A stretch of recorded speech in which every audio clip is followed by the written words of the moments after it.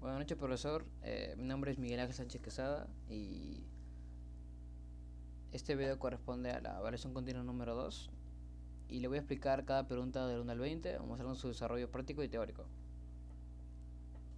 Bueno, según las indicaciones comenzaremos con la pregunta número 1, que es teórica, que es diferencia entre YATS y YATS WS.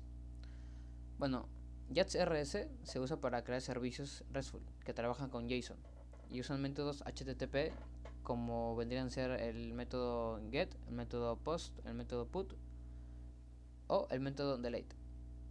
En el apartado de YATS AWS se usa para servicios de tipo SOAP que usan el formato XML y requieren contratos de web service.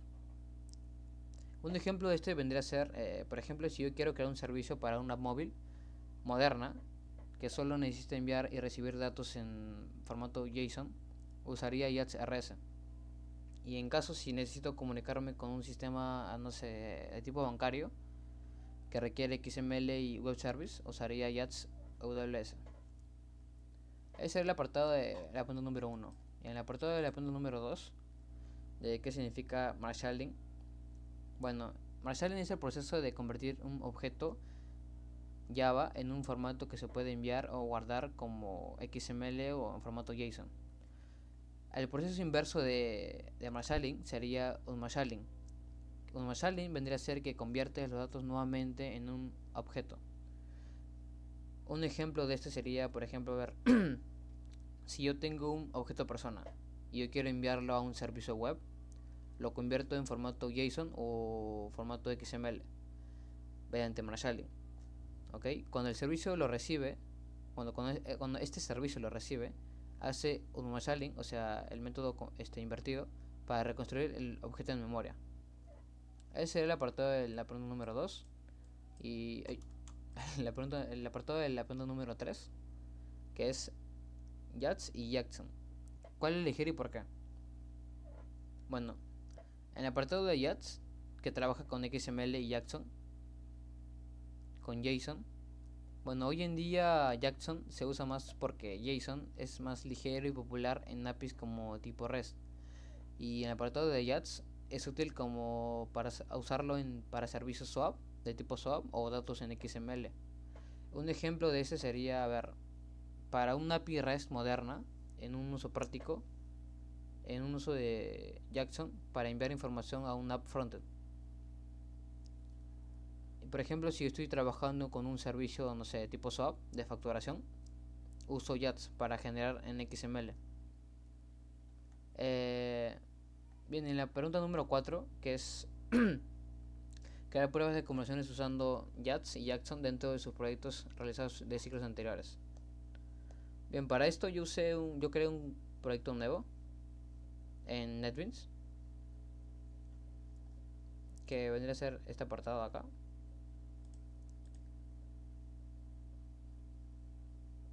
Bien. Bueno, aquí estoy mostrando la conversión de un objeto Java a formato XML, usando YATS y también a formato JSON, usando la librería JSON. Bien, acá primero creo un objeto persona con nombre y edad, que es lo que vamos a convertir después. Bien, en este apartado, aquí preparo YATS y creo el contexto con la clase persona y configuro el marshalling para que el XML salga ordenado. Y en este apartado de acá, con estas líneas convierto el objeto XML y lo imprimo en consola. Y aquí uso Object Mapper de Jackson para transformar el mismo objeto a formato JSON y también lo muestro en consola. Es decir, que el mismo objeto que acá declaro como Juan y la edad de 40 se va a imprimir de formato de JSON y también eso se mostrará en consola y en formato, bueno, en ese formato sería. O sea que al ejecutar eso se representaría de dos formatos. O sea, aquí se ve claramente primero la salida de formato XML. A ver, voy a subir esto acá un poco. Ah, acá. En formato XML. Y luego debajo la misma información, es lo mismo, solo que acá en formato XML y abajo en formato JSON.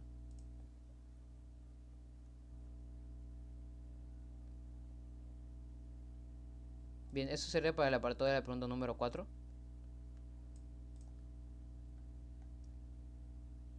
Y bueno, y volvemos con la pregunta número 5. La pregunta es: ¿qué función tienen los métodos HTTP, Head, Options, Trace y Connect? Bueno, en el apartado de Head se puede decir que es igual que el método Get, pero devuelve solo encabezados, nada más. En Options mmm, indica qué métodos HTTP soporta un recurso. En el método Trace devuelve la misma solicitud para depuración. Y el método Connect, esto crea un túnel entre cliente y servidor en formato, en HTTPS. Un ejemplo de esto sería que, por ejemplo, si yo quiero verificar qué métodos soporta un endpoint, uso options. Y el método head sirve para comprobar si un recurso existe sin descargarlo. El método, por ejemplo, trace, se puede usar para debug. O sea, debug es el proceso de identificar y corregir errores. Y por último el método connect para túneles en HTTPS. Bien, y en la pregunta número 6, la anotación, la anotación path-param y la anotación query-param, ¿en qué se diferencian? Bueno, en el apartado de la anotación path-param, este obtiene valores de la ruta, en esta ruta. Y en el apartado de query-param, obtiene valores del query de tipo string y en esta ruta. Un ejemplo de esto sería, o sea, para obtener un usuario específico, en, no sé, usuarios, acá sería, no sé, 10, usaría el método path-param. Y si el cliente envía, por ejemplo, esto, usaría query-param. En la pregunta número 7, que dice que indica la anotación produces, respuesta de este sería que esta anotación define el tipo de datos que el servicio devuelve, por ejemplo, no sé, en formato JSON o en XML. Un ejemplo de esto sería, a ver, si un endpoint devuelve información del cliente en formato JSON, yo pongo anotación, esta anotación. Esta anotación pondría. Bien, y en la pregunta número 8, que es las anotaciones, la anotación consumes y la anotación produces, ¿en qué se diferencian? Bueno, en la anotación consumes define el tipo de datos que el servicio recibe, o sea, de tipo, sería el tipo de entrada. Y en esta anotación se define el tipo de datos que devuelve en formato de salida. Un ejemplo de este sería, a ver, si yo envío un formulario en formato JSON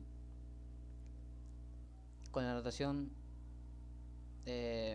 consumes,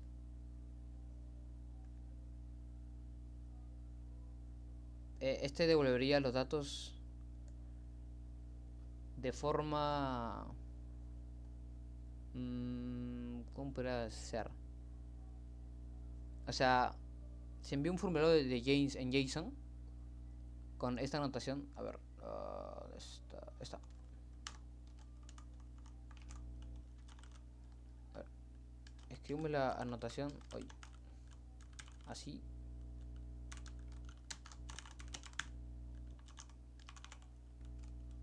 Y será punto application JSON.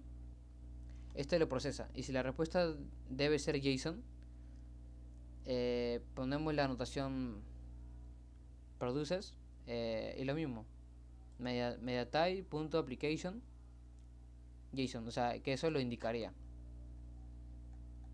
Y en la pregunta número 9, que es demostrar un ejemplo de herencia, Ya que pasamos de la parte teórica, ahora pasamos a la práctica, a la demostración práctica. Eh, Acá lo está ordenado, está junto de esta forma porque lo hice, o sea, directo en el proyecto, que está acá. En todas estas clases comenzaríamos primero con la demostración del ejemplo de usando interfaces.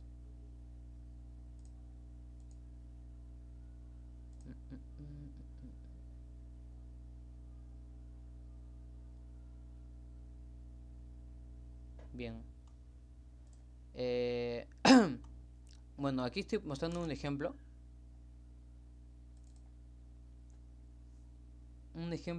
básico de herencia, ya, donde la clase perro heredará de animal y se sobreescribirá su método de ese mismo. Ok, por ejemplo, acá, en esta clase animal, bueno, acá creo mi clase animal y le creo un método que llamado hacer sonido. Bien, y en mi clase perro, acá creo mi clase perro y uso extends para decir que va a ser la herencia animal. Es decir, que mi clase perro vendrá a ser la clase hijo y heredará sus métodos de la clase animal. Bien, y bueno, acá creé mi clase demo herencia. Bien, esta es la clase principal, bueno, mi main, ¿no? Y acá creo un objeto perro y lo llamo el método de hacer sonido. Y esto al ejecutarlo con Shift F6, voy a subirlo. Uh, Esto imprimiría que, ejemplo de herencia, el perro ladra, guau guau. Aquí se ve como la clase hija, que vendría a ser la clase perro, sobrescribe el comportamiento del padre, que vendría a ser la clase de perro. La clase animal, perdón. Bien, y eso estaría para la pregunta 9, el ejemplo demostrado. Y para el ejemplo 10, que es demostrar un ejemplo usando interfaces, ¿dónde es acá? Ya. Aquí demuestro el uso, bueno, aquí voy a demostrar el uso de una interfaz, que la interfaz define un método que las clases deben implementar. Ok, acá en mi clase volador, esta interfaz llamada volador define este método volar. Ok, acá la clase se llama volador y acá le definimos el método volar. ¿Dónde es? Método volar. Ya, acá la clase ave, acá llamo mi clase ave. Este implementa la interfaz de volador y define cómo se comporta el método. O sea, es decir, que mi clase Daemon Interface, acá, aquí creo un objeto de tipo ave y llamo el método volar. Esto al ejecutarlo en consola me mostraría el ave está volando el ave está volando alto en el cielo. Lo que se demuestra acá. Bien, y ese para la pregunta número 10. Para la pregunta número 11, demostrar el uso de local date.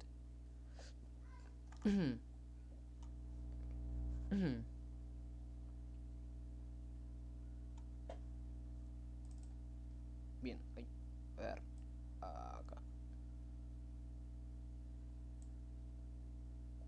Bien, ok, acá obtengo la fecha actual con localday.now y uso el data time formatter para mostrarla en formato de día, mes y año. Ok, esto al ejecutarlo,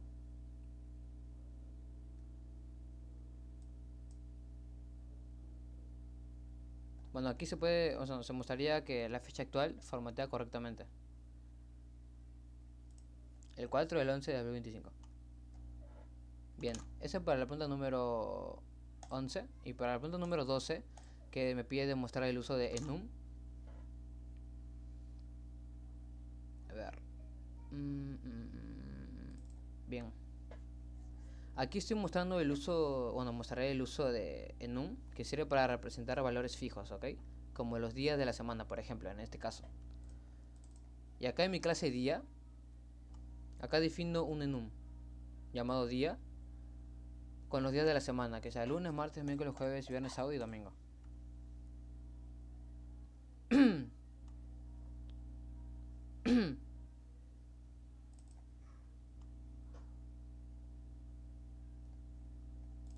Bien, acá en mi clase que creé en mi main, llamado demo enum,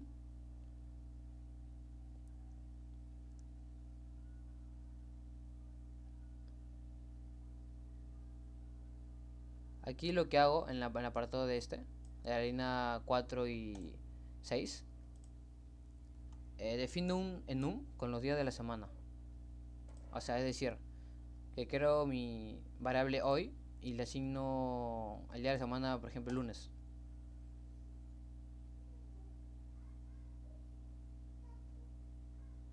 Ok, y acá el switch selecciona, por ejemplo, un día. O sea, al ejecutar selecciono un día. Por ejemplo, inicio de la semana, ¿no? El lunes, que es este. Y si yo no elijo ninguno de los cases que están acá, por ejemplo, que sea lunes, viernes, domingo, por defecto sería un día normal. O sea, es decir, que si yo pongo el día martes, elijo el día martes,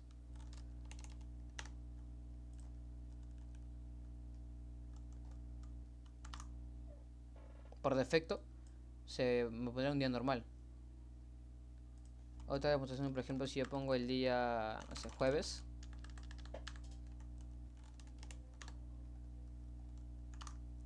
por defecto, también como no está dentro del case, dentro del switch y dentro del case, el día jueves asignado y que imprima un mensaje, por defecto sería el día normal. Y si por ejemplo yo pongo el, no sé, día domingo, si yo ejecuto este case, o sea, si yo la variable de hoy, que se encuentra dentro del switch, le asigno el domingo, que está dentro de este case, que imprimiría el día de descanso, esto al ejecutarlo, mostraría que es un día de descanso, acá en este apartado. Bien, ese es el apartado de la pregunta número 12. La pregunta número 13, que me pide demostrar el uso de record. Bueno, aquí uso un record. ¿Dónde está? Acá. Que sirve para crear una clase sencilla solo para almacenar información. Nada más. Sin tener que escribir los métodos manualmente. Bien, acá defino el record como el nombre de persona record, que automáticamente genera los métodos para acceder a sus campos. En este caso sería el campo de nombre y el campo de edad. Bien, acá y en mi clase que creé llamada demo record en mi main, acá creo un objeto del record y imprimo los valores usando los métodos que ya habrían creados. Esto al ejecutarlo, por ejemplo, decía Mimi y edad 19. Y aquí se puede aprovechar cómo el record facilita el manejo de datos sin escribir tanto código. Bien, ahora ya terminé de la pregunta 9 a la pregunta 13, que fue de manera mostrando usando NetBeans. Regresaremos con las preguntas teóricas. Sería la pregunta 14. ¿Cuál es la diferencia entre las anotaciones, anotación request mapping, request get mapping, anotación post mapping en Spring y las de YATS RS? Bueno, en Spring la anotación request mapping es general, y en la anotación get mapping y también la de anotación post mapping son específicas.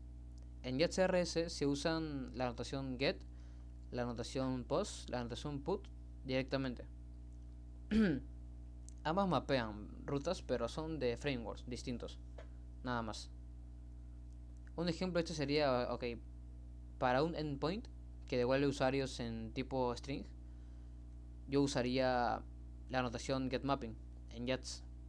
En Yat sería, eso sería en el point que devuelve usuarios en tipo string. Y en YATS-RS sería la anotación get. Bien, y para la pregunta número 15, diferencia, o sea, cómo se manejan las versiones de las API en RESTful. ¿Cuál sería la mejor práctica para manejar las versiones? Las versiones se manejan agregando esto en la URL o en los cabezales. Mejor práctica sería usar la URL porque es más clara. Un ejemplo de esto sería, a ver, si mi API cambia, no sé, en lo largo del tiempo, no sé, en un futuro, se puede mantener este esto.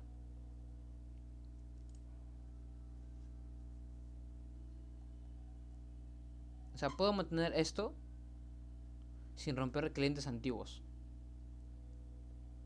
Y la pregunta número 16, que sería qué diferencias existen entre las colecciones list, set y map. Por ejemplo, en el apartado de tipo list se mantiene el orden y permite repetidos. En el tipo set no permite duplicados nada más. No permite duplicados. Y en el map guarda pares clave y valor. Un ejemplo de este sería, por ejemplo, a ver, si yo tengo una lista de nombres y quiero mantener el orden eh, en list, si no quiero duplicados, le asignaría set. Y si no quiero relacionar un usuario con su ID, elegiría map. La pregunta número 17, genéricos en Java. ¿Qué serán los genéricos en Java y cómo se usan? Los genéricos permiten definir tipos de datos flexibles y seguros. Un ejemplo, este sería el ejemplo que asegura que solo se guarden cadenas. Que esto evitaría errores de tipo ya en el código más limpio. Un ejemplo de este sería, a ver, si yo tengo un método que retorna cualquier tipo de lista, los genéricos me permiten reutilizarlo sin perder seguridad, seguridad de tipos. La pregunta número 18, que es un optional en Java y cómo lo usas para evitar null pointer exceptions. Optional envuelve un valor que se puede o no estar presente. Se usa para enviar un null. Un ejemplo de esto sería si uso esto de acá. Esto imprimiría solo si hay valor.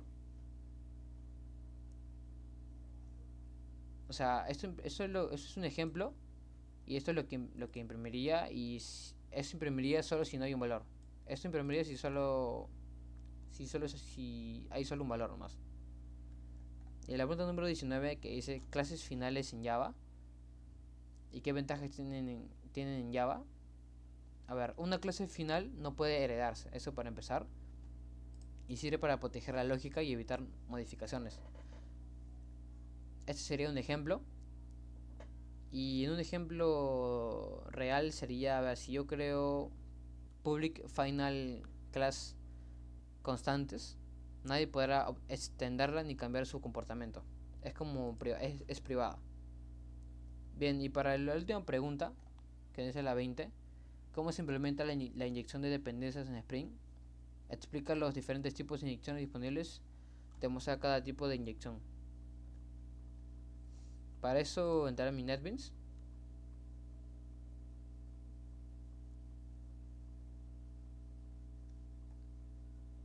Y a ver. A ver. Mm,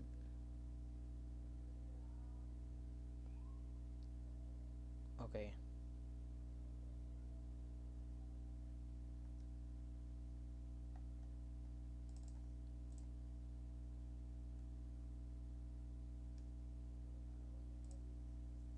Bien, para la pregunta número 20, ¿qué diversos archivos?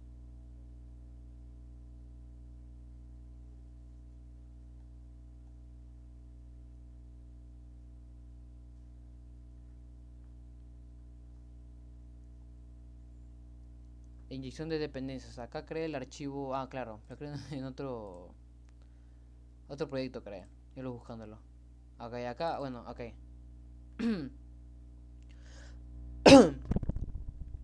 Ok, punto número 20, inyección de dependencias. Ya, este es el tema. Ok. Ya, acá voy a mostrar las tres formas las tres formas de inyectar dependencias en Spring Boot. Acá usaré constructor, por setter y por campo. Ok, en esos tres. Ahora le mostraré mi interfaz de servicio. Aquí esta es la interfaz de mi servicio, llamada servicio, que define el contrato del método saludar. El nombre de mi clase servicio y el método saludar. Ok, en mi clase servicio IMPL,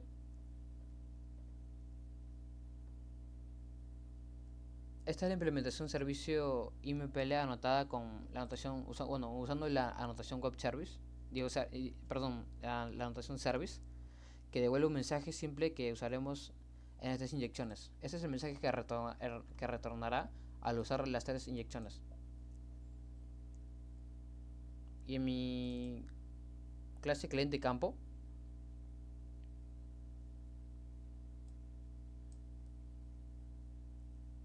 en cliente campo inyecto la dependencia directamente en el atributo usando la anotación AutoWired. Esto es rápido y sí funciona, pero no es la forma más recomendada para hacer testeos o pruebas. En mi clase cliente constructor, en este apartado, en el cliente constructor, este recibe la dependencia por constructor. Esta es la forma recomendada por su claridad y testabilidad.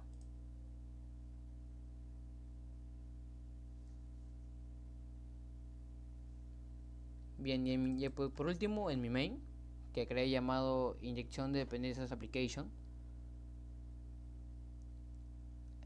en el apartado este, a ver, y acá,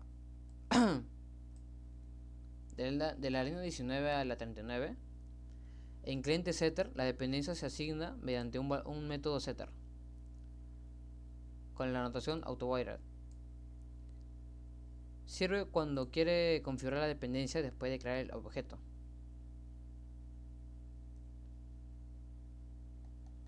Y en la clase principal registré tres endpoints, que venían a ser el constructor, el setter y el campo, que llaman a cada cliente para verificar que la inyección funciona correctamente. Ok, esto al ejecutarlo, bueno, esto lo ejecutaría, pero ya lo tengo ejecutado. Y para su demostración puedo verificarlo en este por Postman o por HTTP por mi navegador. Bien, acá sale que está en el puerto 8080. En mi Postman acá lo tengo los tres abiertos: el de constructor, el de setter y el campo. Acá en constructor lo ejecutamos y nos mostrará el mensaje de inyección por constructor: hola, desde servicio IMPL. Y en el apartado de setter, al ejecutar, sale inyección, nos muestra el mensaje en el body de inyección